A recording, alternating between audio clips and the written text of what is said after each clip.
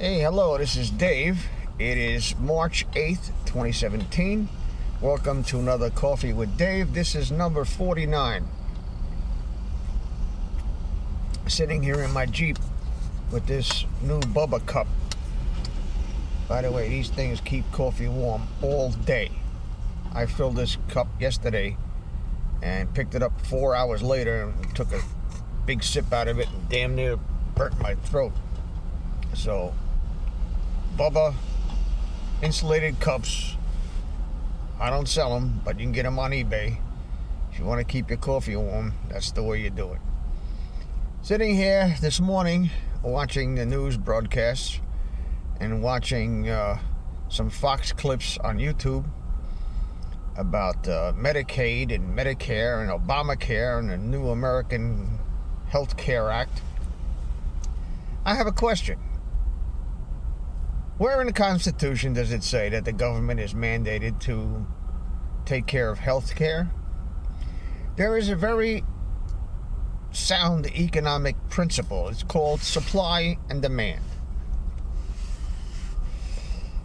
Why do you think the drug trade in this country is so out of control? Because there is demand and there is money to buy the product. Now, you have about 375 million Americans in this country who all need health care. Everybody needs health care sooner or later. Now, somebody who's 18 years old and is in good health doesn't seem to worry about health care because he or she is healthy. And the flaw in Obamacare was to mandate everybody to have health care, otherwise we would penalize them on their taxes. That raises another question. Who the hell is the government to tell me where to spend my money? Go get the $9 trillion that you pissed away over in Afghanistan, and then come and tell me I have to buy health care or else. And even Trump should say, we are going to let the free market take care of health care because there are only so many people that can afford health care. The other people who can't afford health care have to be, if you're going to cover them, subsidized by charging more of the people who are paying for it. This is like car insurance. Okay? Car insurance is just spreading the risk. It's taking a big risk out of one group and mushing it around and spreading it around to everybody else. That's what the name of the game is in the insurance company business. Okay? So you have 375 million people who need health care. Half of them can't afford it, and the other half don't want to pay for it. So what you do is you let the market handle it, just like car insurance. You know, it's health care today, it'll be car insurance tomorrow, it'll be homeowners insurance the next day after that, and pretty soon the government controls everything. This is one thing that I don't agree with Donald Trump about. Health care is none of the government's goddamn business. Now, I have health care through the Veterans Administration. They take care of everything. I don't get any bills or anything. Anytime I'm sick, anytime I need something, I go to the Veterans Administration. They take care of it. And that's good. And it's going to get better under Trump. And if you serve your country and you put your life on the line for your country, that's the least that your country can do for you. Okay? So the government taking care of health care is nothing more than the government trying to co-opt fully 17 to 20% of the country's gross national product. Doctors cannot be paid by anyone but the people who they are treating. And if you put a third party in between, you're only going to increase the cost. If you let the market decide what the healthcare costs will be and who is paying for them and who is being charged for them and who is getting services for free, no such thing as free, then you will solve the healthcare problem. Government has no business running healthcare in any shape, way, manner, or form. Then we have the issue of Planned Parenthood, which is another name for Nazi eugenics. It was started by Margaret Sanger, who was a known Nazi who wanted to deplete the black population of the United States by offering free abortion to black people. And they've been caught on tape, saying that this is just for the money. And I'll leave a link in the description to show you exactly how the abortion industry works. They claim abortion is only 3% of the services that they offer. And to that I say, bullshit. Planned Parenthood has no business being funded by the federal government. And when we finally overturn Roe v. Wade, all the doctors who have performed abortions over the years will have to argue that it was legal to murder an innocent child before it was born, just like the Nazis had to argue before the Nuremberg trials that it was legal to murder Jews in the street because Jews were non-persons. This country has a far way to go, and Berkeley, California is the hotbed of stupidity as far as politics and the human condition is concerned. These people are off the meat rack. The cheese fell off their cracker a long time ago. A long time ago. There is something wrong with somebody who wants to let every Tom, Dick, and Harry over the border. There is something mentally wrong with them. They ought to go and have their head examined. There is something drastically fucked up with their head. Excuse my French. This is not what America is supposed to be. There are constitutional limits on what the government is allowed to do. And if it isn't specified in the Constitution that it is the government's prerogative and mandate to do whatever it is that they're doing, it is illegal and unconstitutional for the government to be involved. Period. End of sentence. End of discussion. Now, the Democrats are still on this Russian thing. Oh, Russians tapped this and Russians tapped that and Russians interfered with the election. No Russian interfered with the election. No Russians interfered with the election. Prove it. Make an allegation with some proof. Or don't talk to me. Don't talk to me. Have some evidence before you open your mouth. And the mainstream media and all the late night comedians are all, bashing Trump. And it's not all in fun. This is not all in fun like it used to be years ago. This is malicious. It has malicious intent. And I, for one, don't appreciate it. I got rid of my cable box 2 years ago. I haven't paid a cable bill in 2 years. I've watched all the programs I used to watch. I watch all the movies that I used to watch free. For free. All I have is high-speed internet. And they've got a monopoly on that. So, it's a necessary evil that I have to go to Comcast to get my internet. Or DSL or any whatever is available in my area. There's Verizon and there's Comcast. And there's Earthlink, which is really Verizon under another name. But I am not giving them the information that they need for their programming, advertising sales. They don't know what channel I watch. They don't know what movies I'm watching. And I have no commercials. Isn't that great? Isn't that fantastic? This is the way you punish the mainstream media and save money in the process. Get yourself a Dragon box. I will become a dealer here very shortly. Contact me if you want a good price. And just for fun, try it out in one room. I was interrupted by a phone call. Like I was saying, try out a Dragon box or any streaming device for a month. Now, you can get them pretty cheap on eBay, but they are not Dragon boxes. They come from China. Their menus they just don't do what the Dragon box does. I've been through researching all of the available streaming boxes, and that's my choice.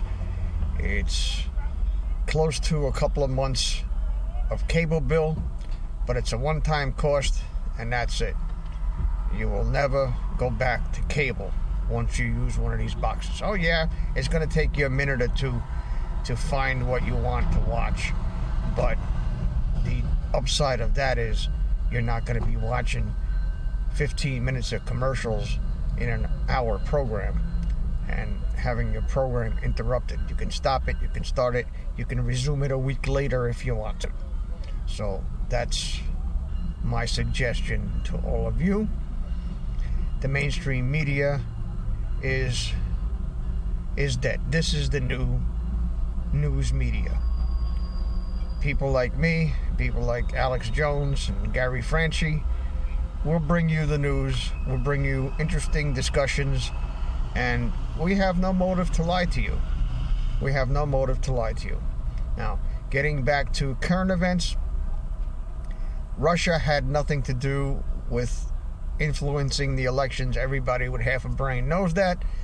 And the mainstream media, along with the Democrats, are desperately trying to put this mime over on the public, and even on the internet you'll see some of it. But that's going to die out pretty soon because they're going to be discredited and proven to be bullshit artists the way they always are. This changes everything, folks. The election of Donald Trump changed everything. The country will never be the same again. Thank you, Jesus. Thank you, Jesus. And it's up to us to make sure that the momentum doesn't stop. To make sure that the people out there are held accountable to their promises, especially the politicians. Donald Trump is doing a pretty good job, I think. I think he got stuck with this Obamacare thing, and he knows that the only way to fix Obamacare is to completely disembowel the government from this craziness of this utopia of having everybody have health care. Everybody cannot have health care. Everybody needs to have car insurance.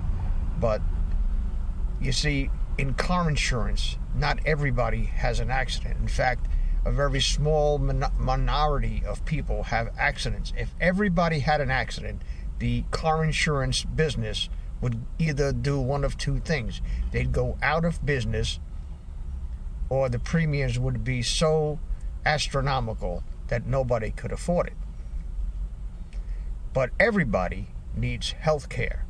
So everybody, if you spread out the cost of everybody needing health care, the insurance premiums are going to be what they are, because the doctors don't want to take pay cuts.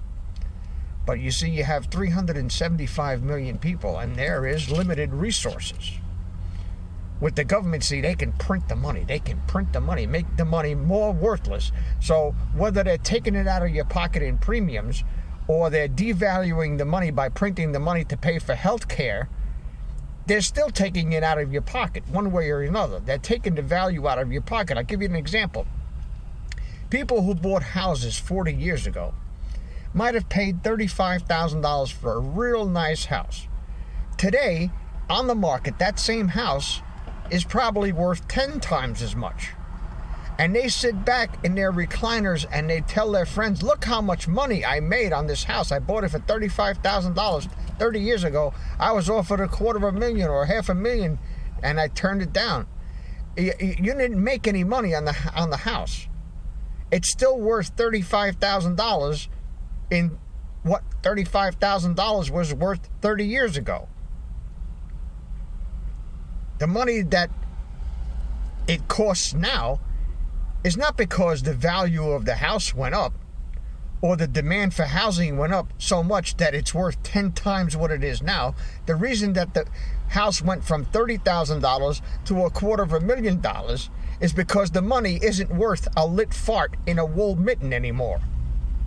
Nixon took us off the gold standard, which means government can print money anytime they want. The Federal Reserve can print money anytime they want, and that's another story. The Federal Reserve is just about as federal as Federal Express. It's a private bank that lends money to the government at astronomical rates. And they just keep printing more money, and the money that you have in your pocket buys less and less because it's devalued. Now, if you and I were to do that, if I was to go home and get on my color inkjet printer and print out $20 bills and take them to the store, they'd arrest me and put me in federal penitentiary for counterfeiting. But that's exactly what they're doing when they're printing money with nothing to back it up, with no value to back it up. It's electronic bullshit. It's electronic bullshit. And it just keeps going and going and going. And other countries are finally seeing the light of this incredible Ponzi scheme that the United States government, along with the Federal Reserve, has done over the past 50, 60 years, since 1913 actually. And it cannot continue. It's like borrowing money to pay somebody that you owe money to. You owe this guy money, so you borrow from this guy. Then you owe this guy money that you borrowed to pay this guy, and you borrow from another guy to pay the second guy. And each time you compound the problem by incurring more and more interest, more and more interest, more and more interest. The money isn't worth a lit fart. It isn't. And the attempt of the government to take over the healthcare industry is crazy. It's stupid. It's like insuring a bunch of drivers that you know are going to go out and wreck their car. They're going to go out and they're going to smash their car up against a tree, but you take their policy anyway. So they pay you $200 a month for car insurance, and they take a $40,000 car and wrap it up against a pole and total it. How long do you think that's going to last? Not very long. So you have 375 million people in the United States. You got so much money. And if you did it right and let the market determine what healthcare costs, you'd have a bunch of companies competing to cover people on their insurance. And the price would naturally go down to its lowest possible level because the companies are competing for the business. And those companies that compete for the business that are overly competitive beyond what their reasonable expectations are will go out of business. They'll go bankrupt. And that swing, that back and forth swing, up and down, will certainly level out to where healthcare would be affordable for everybody, or most people anyway. If you want healthcare, you should be able to buy it. If you don't want it, you should be able to not have it. But when something happens to you and you don't have it, who's that? Whose fault is that? Not my fault. Why should I pay for you to go have a heart transplant? Why? Why should I pay for you to have a car accident? I haven't had an accident or a ticket since I've been driving, since I was 18. So my insurance premiums are next to nothing. because that's me. But if I was to spread out the risk, my insurance rates would be astronomical.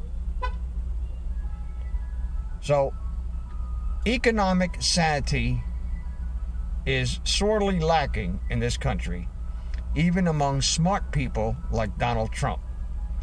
His attempt to continue this Obamacare under another name, under another set of circumstances, is a losing battle. It's a losing battle because there is no way that you are going to cover everybody in the United States. No way. It is physically, financially impossible. The math doesn't work. And you can't make it work.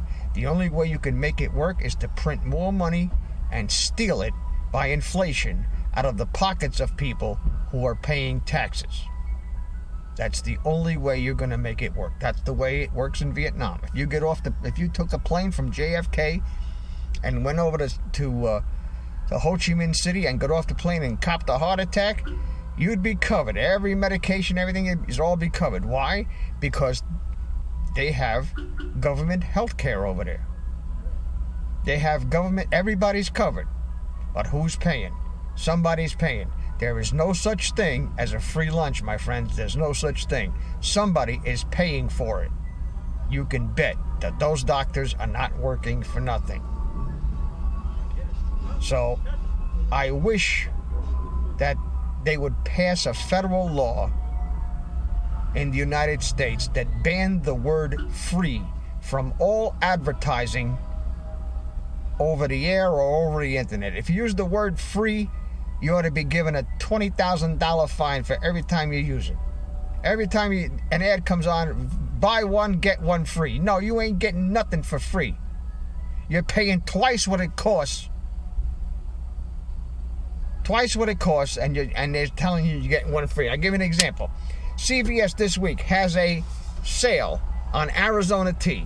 Normally it's 99 cents. With your CVS little card, now they're 2 for $1 or 4 for $2.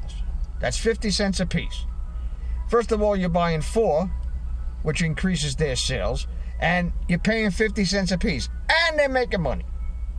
So if they're making money on selling them for 50 cents a piece, how much are you getting ripped off when you're paying $1? See, that people don't think this way. They see free. Same thing when you go up to a gas station. Gas over here was 209.9. What's the point of the 0.9? That 0.9 never changes. It never goes to 0.8 or 0.7 or 0.5.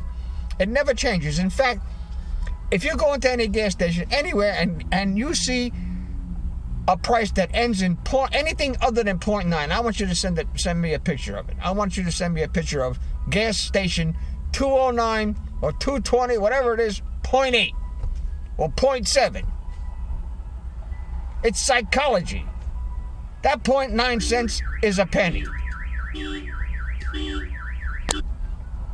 So while I'm parked here, and car alarms are going off, and sirens are blaring, and helicopters are taking off from the Cooper Hospital in Camden, just think about, have some common sense on your own economics. The economics in this country is 99.9% psychology and 1% value. Because these people don't know what makes the economy work. It's all smoke and mirrors. It's all a big Ponzi scheme that eventually has to come crashing down with something that's probably going to be worse than the crash of 29. I wasn't alive for that one, but my father was. And you see some documentaries that people were selling their kids on the street in New York because they couldn't afford to feed them. Is it going to get that bad? Does it have to get that bad before people realize that what the government is telling them is total bullshit. What's it going to take? If you want to pass government health care, then amend the Constitution authorizing the government to take care of people. Never going to happen. This government has been doing things that are not authorized by the Constitution for many, many, many years. Social Security is one of them.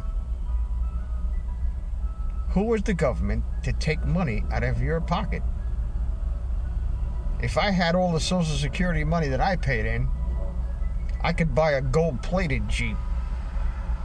I could pay off my mortgage and have 6 figures left over. I paid more money into Social Security than I will ever get back out of it. And if you include the compounded interest, had I had that money to put in the bank in a savings account, even a bullshit savings account at 2% interest, I would have had at least $1 million by now. At least. And where's that money going? The Social Security system is damn near bankrupt. In fact, they borrow out of Social Security to do other things. They pissed away $9 trillion. $9 trillion, just poof, like a fart in the wind. And nobody says nothing. Where's the goddamn money? That's our money. We don't have a say in that. That's George Bush, both of them, and the fake President Obama, who pissed away more money than all the other previous presidents combined. I've been saying this for years. You want to clean the swamp? Then lock and load, and let's roll. Because that's the only way that you're going to solve this problem in Washington, D.C. The only way. All of this stuff with we're going to charge this, we're going to charge this guy with treason, we're going to get this guy for pay and play, it's going to take too long. I'm not going to see it in my lifetime. How you like that? And you're probably not going to see it in yours. Even if you're 20 years old, you won't see it in yours. The only way that this is going to happen is Revolution 2.0. Instead of the British, it's going to be our own government. We take them out in gunpoint. We put them on trial for treason and violating the public trust and whatever crimes they've committed against children and everything else that they're doing down there. And whoever's found guilty is hung. Build the gallows around the White House and hang them all. That's how you drain the swamp. That's how I would drain the swamp. And I believe if we don't see some really incredible things happening very soon, like some well-known people, Hillary and Bill Clinton and George Soros and Podesta and Anthony Weiner, get charged with the crimes that they've committed. If that doesn't happen really, really soon, I think it's time to lock and load. This is Dave from NetForTruthUSA.com. Thank you for watching. If you like these videos, please support us, like and subscribe. We have Patreon, GoFundMe, and PayPal links in the description. Thank you very much for listening.